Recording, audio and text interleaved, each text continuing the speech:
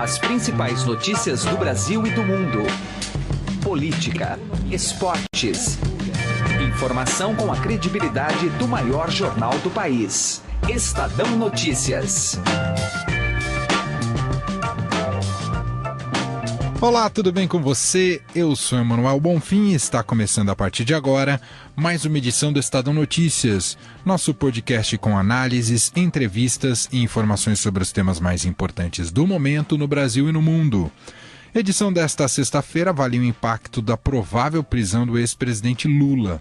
Ontem, o juiz Sérgio Moro decretou que o petista se apresente à sede da Polícia Federal em Curitiba até às 5 horas da tarde de hoje. A ação rápida da Justiça em colocar Lula atrás das grades surpreendeu a todos, especialmente os advogados dele, que agora estudam novas estratégias que possam valer a liberdade do ex-presidente. Para analisar o peso político de um fato histórico desta envergadura, conversamos com o cientista político Bruno Garchagen. Ele avalia que o recado por trás dessa prisão é muito simbólico. E disse, independentemente de quem você é e do cargo que você ocupou, se você cometer um crime, você será punido por isso. Daqui a pouco a gente vai ouvir essa e outras declarações do Bruno Garchagen. O programa também ouve o comentarista político José Neumann Pinto. Para ele, no campo eleitoral, o cenário fica ainda mais aberto, porque não há candidato forte em qualquer espectro daqueles pré-candidatos já posicionados hoje na política brasileira visando outubro de 2018.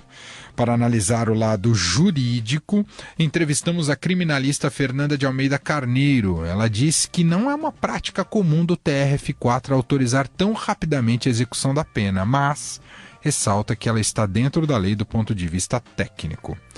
Você pode ouvir e assinar o Estadão Notícias tanto no iTunes quanto em aplicativo para o Android. E também pode seguir nosso programa nas plataformas de streaming Deezer e Spotify. Nas duas, basta procurar pelo nome do programa no campo de buscas e passar a acompanhar todas as nossas publicações. Quer mandar um e-mail? podcast@estadão.com. Ouça e participe. Estadão Notícias. Política.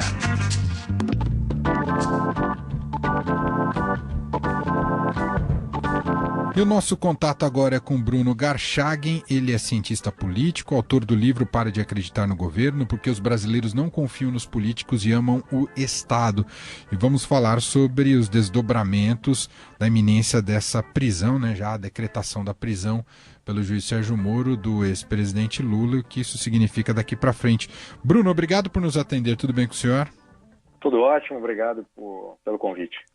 Bruno, temos aí uma execução de pena que foi colocada de maneira muito veloz, pegou a todos de surpresa, mas tentando ter um olhar um pouquinho mais abrangente, o que, na visão do senhor, significa a prisão de um líder popular como o ex-presidente Lula?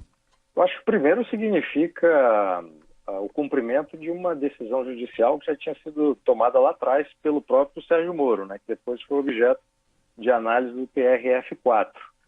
E acho que começa-se a dar uma resposta à sociedade de que, primeiro, que o crime não compensa e que o criminoso será punido por aquilo que fez, depois, obviamente, de ter sido processado, julgado e condenado. Mas é interessante esse aspecto da surpresa que você mencionou, porque ontem mesmo, logo depois da decisão do Supremo, em relação ao HC, ao habeas corpus que foi ajuizado pela defesa do Lula, é que havia uma impressão geral de que essa decisão da prisão, a eventual prisão, só aconteceria mais tarde, daqui a alguns dias ou na semana que vem, E realmente pegou todo mundo de surpresa na quinta-feira. Tanto os policiais, os delegados da Polícia Federal de Curitiba, que tiveram que, às pressas, adaptar uma sala para acomodar o ex-presidente, quanto a própria equipe jurídica que faz parte da defesa do ex-presidente Lula. 10 minutos antes da publicação da decisão do juiz Sérgio Moro, decretando a prisão, o advogado Cristiano Zanin Martins deu uma espécie de coletiva de imprensa, mas ele disse à imprensa que a equipe de advogados da qual ele faz parte não trabalhava com a hipótese da prisão. Então, eu acho que inclusive aqueles que torciam para que o Lula fosse preso logo, não esperavam que isso fosse acontecer tão rápido. Por falar neste aspecto em torcida, né, a gente tem uma política que está movendo muitas paixões atualmente. Essa é uma prisão que faz sentido ser comemorada, Bruno? Eu acho que se considerarmos que uma figura política da importância que o Lula teve, né, afinal foi presidente do país durante 2 mandatos, teve uma carreira política, quer dizer, antes dele se eleger pela primeira vez, várias tentativas, liderou um partido que teve a sua importância política, que eu não estou nem fazendo juízo de valor, estou simplesmente descrevendo um fato, e foi alguém que, de acordo com o processo que foi feito, as provas apresentadas, foi condenado em 2 instâncias, né? Então, eu acho que isso é importante, as pessoas passam uma mensagem importante para a sociedade, que independentemente de quem você é, do cargo que você ocupou, se você cometeu um crime, você será punido por isso. Então, eu acho que esse é um aspecto relevante, importante, e que não pode ser perdido no meio de tanto turbilhão das discussões políticas, né, a favor ou contra, mas é um aspecto essencial no momento em que o Brasil discute a política, quer dizer, a política se tornou um assunto do dia a dia, e é bom que o seja, porque o alinhamento da política por parte da sociedade, eu acho que foi corresponsável pela ascensão de personalidades políticas como Lula e tantos outros que ainda não foram sequer julgados, portanto não foram condenados, e que estão neste momento exercendo mandatos no Senado Federal, na Câmara dos Deputados e em outros parlamentos locais, estaduais e câmaras, né? Além daqueles que exercem cargos no Poder Executivo de cidades e estados brasileiros, mas eu acho que é uma decisão bastante importante nessa transmissão, né, para a sociedade dessa informação que eu acho que é simbólica, né? Se você comete um crime, você está sujeito a ser processado e condenado e pagar por esse crime. Bruno, com relação agora à esquerda, o campo da esquerda e principalmente o PT, que caminhos se colocam com essa prisão do Lula? Como é que você enxerga? Bom, a gente está gravando essa entrevista sem saber ainda se o Lula se apresentou voluntariamente, como foi o pedido do Sérgio Moro, ou se ele se negou a fazê-lo e, portanto, teve que... Eu acho que acabou de passar um carro aqui comemorando a decisão do Sérgio Moro. Mas... Ouvimos por aqui, viu, Bruno? Exato. Estou querendo situar o nosso ouvinte. Mas não sabemos, portanto, se o Lula se apresentará voluntariamente à Polícia Federal, sede da Polícia Federal em Curitiba, ou se negará a fazê-lo e, portanto, terá que ser preso, né? E se ele se apresentar voluntariamente, os protestos que estavam sendo convocados pela esquerda, etc., eles, de alguma forma, são desidratados, né? Não no todo, mas em parte. Se o Lula assumir o papel de mártir, não se entregar para poder ser preso e, portanto, provocar essa imagem, né, da prisão, aí, obviamente, ele vai continuar a fazer o que sempre fez a vida inteira, que é atiçar a sua militância, né? Atiçar tanto os seus asseclas quanto aqueles fiéis que os seguem.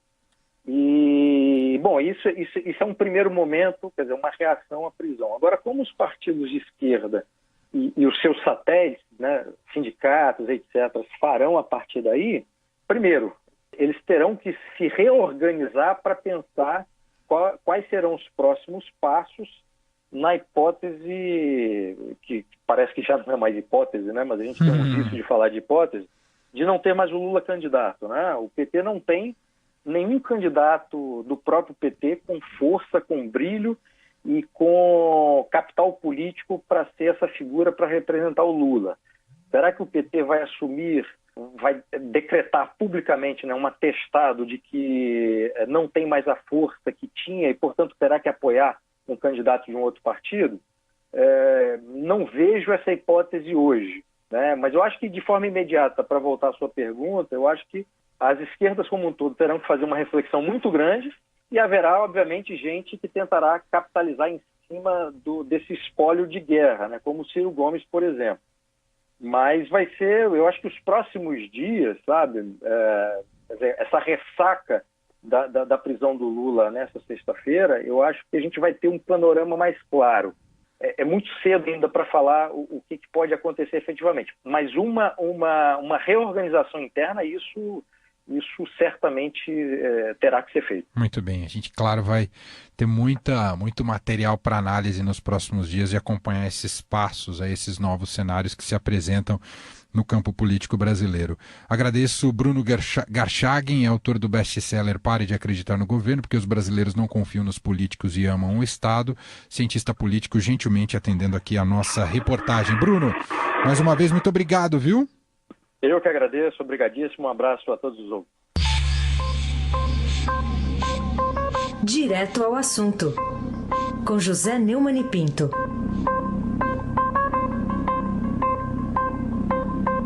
Contato agora com José Neumann e Pinto. Olá, Neumann, tudo bem com você? Bom dia, Manuel. É um prazer estar falando mais uma vez com você aqui no Estadão Notícias, o podcast. É isso aí, Neumann. Bom, Neumann, o juiz Sérgio Moro rapidamente mandou executar a pena do ex-presidente Lula e deu essa abertura para que ele se apresente até às 5 horas da tarde de hoje na capital paranaense, em Curitiba. Como é que você avalia essa decisão rápida aí da justiça, hein, Neumann? A decisão rápida da justiça mostra que vivemos outros tempos, os tempos em que a impunidade não é mais aceita. O Lula está sendo vítima de uma conjunção de acontecimentos até internacionais. Existe uma descoberta dos países ricos de que a corrupção pública e privada provoca grandes despesas, dilapida a economia dos contribuintes e a legislação do processo penal está mudando por causa disso. E o Lula foi desatento em relação a isso e, ao começar na carreira política, anunciou que ia lutar contra tudo que está aí, mas se associou à pior geração de políticos da história do Brasil, velhos gatunos e coronéis, e promoveu um assalto monumental aos cofres da República. Até a impressão que se tem é que não deixou nenhum cofre sem limpar, né? Aí ele terminou preso porque, diante dos novos fatos, da nova legislação, sobretudo da questão da delação premiada, que permitiu a Operação Mãos Limpas na Itália e a Operação Lava Jato no Brasil, ele terminou sendo localizado, investigado, denunciado. As provas foram produzidas fartamente contra ele e ele não se preparou para enfrentar isso. É como se ele achasse que o carisma dele, a popularidade, o amor do povo por ele, fosse suficiente para evitar que ele fosse punido na forma da lei, como qualquer cidadão deve ser. Então ele vive dizendo que ele quer gozar da presunção da não culpabilidade, da presunção da inocência. Na verdade, ele é vítima da presunção que ele tem da própria impunidade. Por isso ele nunca se defendeu. Foi produzida uma série de provas contra ele e ele nunca apresentou nenhum fato concreto que pudesse dar uma resposta nos processos, achando que ia se livrar pela pressão internacional ou, sobretudo, pelo povo na rua, disposto a convulsionar o país, o que não está acontecendo. Então, ele não vai ter outro jeito a não ser cumprir pena na cadeia, uma condição especial que o Sérgio Moro bolou para ele, mas sempre prisão é prisão, né, Manuel? É verdade, Neumann. Agora, os advogados falam em prisão arbitrária, os petistas do núcleo político também reclamam de perseguição do juiz Sérgio Moro. Essa narrativa se sustenta, Neumann? Não, pelo amor de Deus, isso é a maior estupidez. Quer dizer, é o seguinte, o Sérgio Moro faz parte de uma geração de juízes, também uma geração de policiais federais e de promotores, que persegue a corrupção. Ele não persegue o corrupto, ele persegue a corrupção. E tem competência para fazer isso. Ele entende muito de lavagem de dinheiro, entende muito de transferência de recursos para o exterior, e essa contabilidade toda exige muita perícia. Ele tem essa perícia, é um dos maiores especialistas no mundo, e assim ele descobriu o esquema do Lula. Mas o Lula não apresentou nada, nenhuma evidência. Muitas delações premiadas foram produzidas por ele. Agora tem 1.000 e-mails do Marcelo Odebrecht comprovando a a relação dele com o tal do sítio Santa Bárbara, e ele não tem o que responder, a não ser isso. É uma injustiça, vai apelar para o exterior, aí lá no exterior a mentira tem perna muito larga para atravessar o oceano, e ele ganha na narrativa, né? Mas nem está ganhando mais na narrativa, porque cada vez menos são os prosélitos dele que acreditam nessa fantasia. Neumann, para concluirmos, o PT e a esquerda têm alternativas eleitorais com essa prisão do Lula? Não tem, mas também a direita não tem. A direita tem até o Bolsonaro, mas não é uma alternativa respeitável. Nem o centro, principalmente o centro, não tem. Quer dizer, neste momento, a disputa eleitoral é uma disputa entre patos mancos, né? Ninguém está livre disso, até porque está todo mundo contaminado pelas investigações de corrupção. Só não estão presos, como o Lula está sendo decretada a prisão dele, porque tem 50 e tantos mil gozam de foro privilegiado que o Lula não tem mais. Agora, eu quero lhe dizer uma coisa importante. A prisão do Lula é uma demonstração de que o Estado de Direito está funcionando no Brasil e os cidadãos podem ter a esperança, pelo menos, de serem tratados de forma igual em relação a todo mundo. Agora, se outros chefões de quadrilhas partidárias não tiverem o mesmo destino do Lula, o exemplo do Lula vai ser fatal para esse princípio da igualdade. Quer dizer, não é só o Lula que tem que ser igual, todo mundo tem que ser igual. Inclusive gente do governo aí que andou comprando deputado para se livrar de investigação, vai ter que ser submetido à investigação, a inquérito, sob pena de se rasgar o Estatuto do Estado de Direito, e aí dando até um pouco de razão ao discurso de perseguição do Lula. Esse é José Neumann Pinto, comentarista diário aqui do nosso podcast Estadão Notícias. Neumann, um grande abraço, muito obrigado. Um abraço e bom dia, Manuel. E agora a gente vai entender um pouco mais sobre esse processo jurídico que culminou na decretação da prisão pelo juiz Sérgio Moro do ex-presidente Lula. O nosso contato é com Fernanda de Almeida Carneiro, criminalista e professora da pós-graduação em Direito Penal da Faculdade de Direito do IDP São Paulo. Professora Fernanda, tudo bem com a senhora? Obrigado por nos atender. Tudo ótimo, eu que agradeço. Professora, surpreendeu a senhora a velocidade com que o juiz Sérgio Moro decretou a prisão do ex-presidente Lula? Olha, eu acho que surpreendeu não só a mim, mas como a todo mundo, né?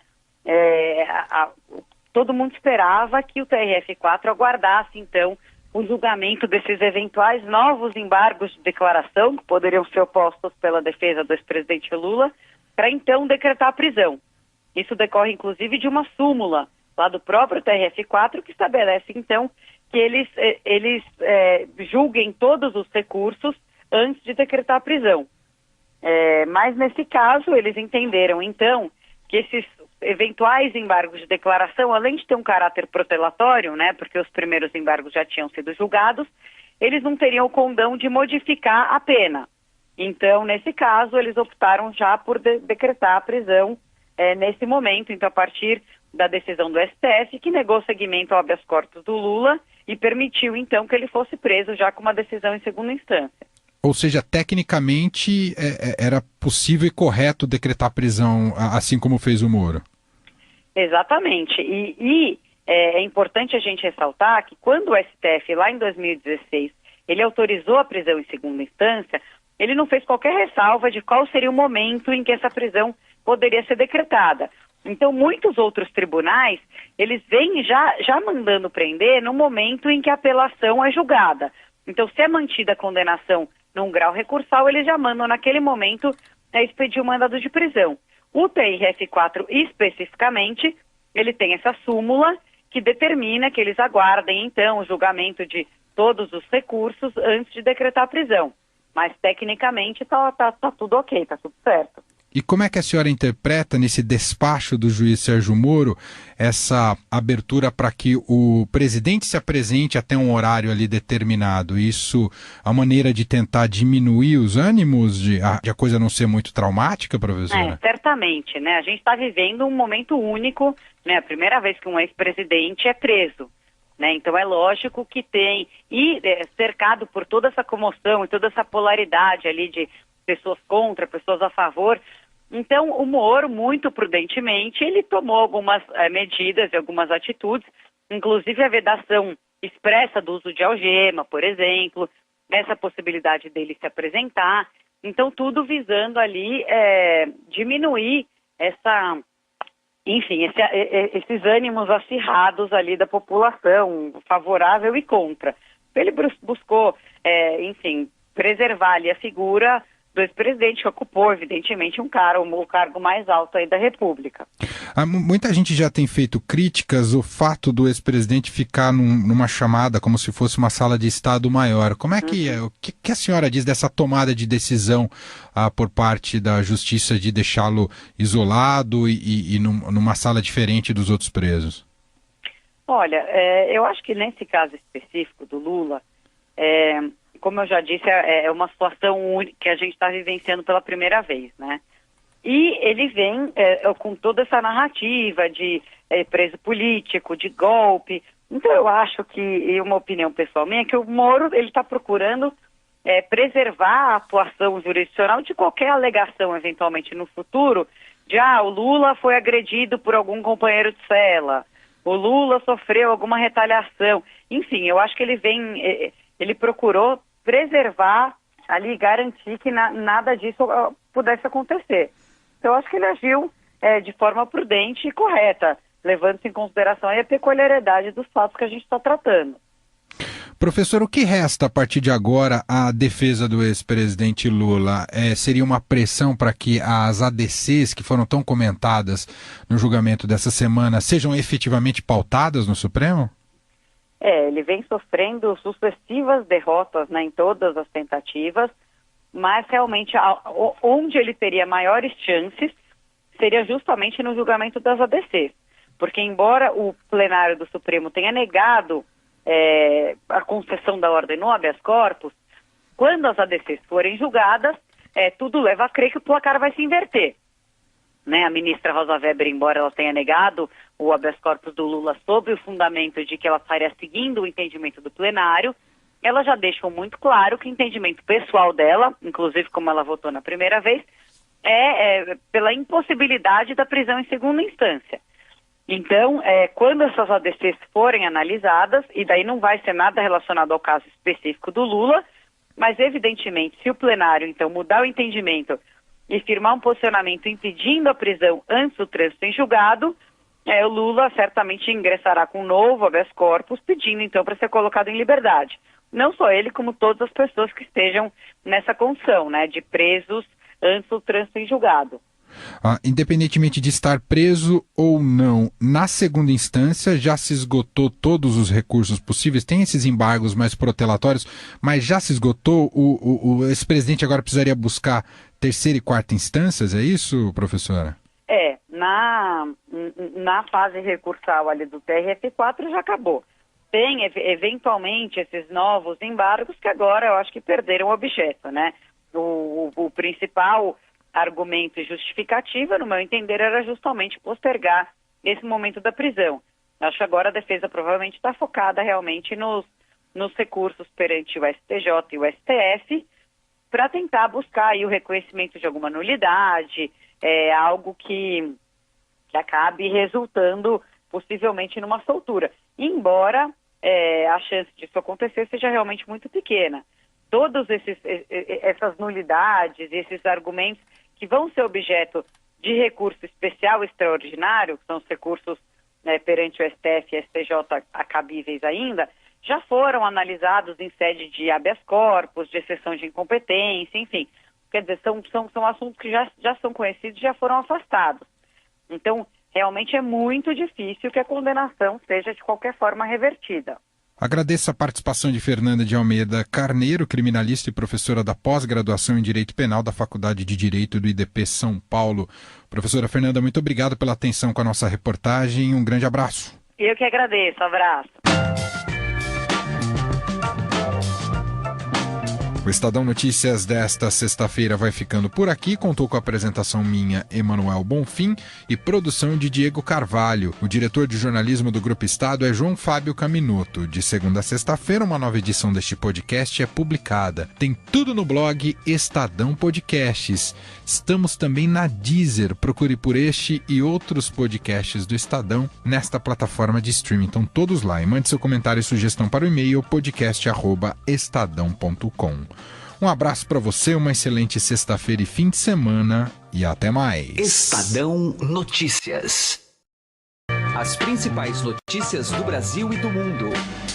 Política, esportes, informação com a credibilidade.